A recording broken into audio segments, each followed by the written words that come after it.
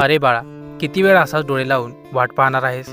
तू जो विचार रात्रंदिवस करत होतास ना, की माझं कसं होईल, माझं काम कधी पूर्ण होईल, माझ्या कष्टाचं फळ मला कधी मिळेल, तर आता अगदी शांतपणे आणि कान देऊन ऐक. तुझी प्रतीक्षा आता संपली आहे. मी आज साक्षात तुझ्याशी बोलायला आलोय, कारण तुझं तळमळणं मला आता बघवत नाही. तू अनेक दिवसापासून ज्या संधीची, ज्या एका आशेच्या किरणाची वाट पाहत होतास, ती संधी आता तुझ्या दारावर उभी आहे. पण एक गोष्ट मात्र कायम लक्षात ठेव, मी तुला रस्ता दाखवू शकतो, योग्य दिशा देऊ शकतो, पण त्या रस्त्यावर चालण्याचे कष्ट तुलाच करावे लागतील. कारण यशाची खरी चव ही मेहनतीशिवाय येत नसते. तू उगाच घाबरतोस कशाला?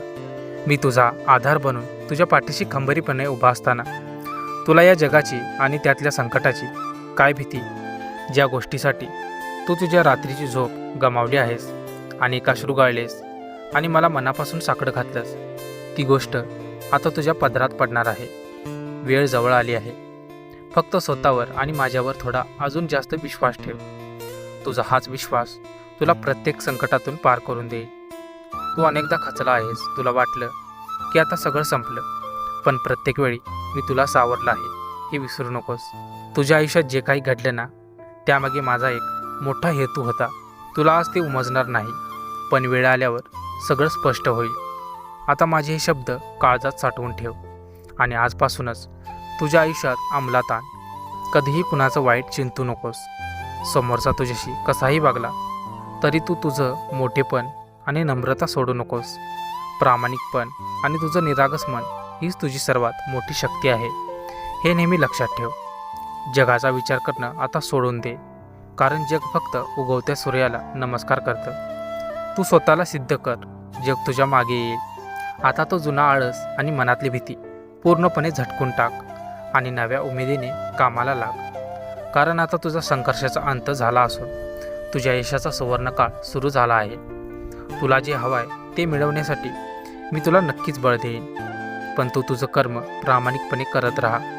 लोकांच्या बोलण्याकडे आणि टीकेकडे दुर्लक्ष कर, आणि फक्त तुझ्या ध्येयावर लक्ष केंद्रित कर. तू कधीच एकटा नाहीस. तुझा प्रत्येक श्वास माझ्या नामाशी आणि माझ्या अस्तित्वाशी जोडलेला आहे. तुझ्या घरात सुख, शांती आणि समृद्धी नांदेल असा माझा आशीर्वाद तुझ्या आणि तुझ्या कुटुंबाच्या पाठीशी आहे. आता मागे वळून पाहू नकोस, कारण पुढचा रस्ता खूप प्रकाशमान आहे आणि सुंदर आहे. तुझ्या आयुष्यातले अंधारे दिवस आता संपले असून सुखाची एक नवी पहाट झाली आहे. तुझ्या मनातल्या सर्व चांगल्या इच्छा आणि आकांक्षा पूर्ण होण्याची वेळ आता आली आहे. तुला विजय प्राप्त होईल. माझा आशीर्वाद सदैव सावलीसारखा तुझ्या सोबत आहे.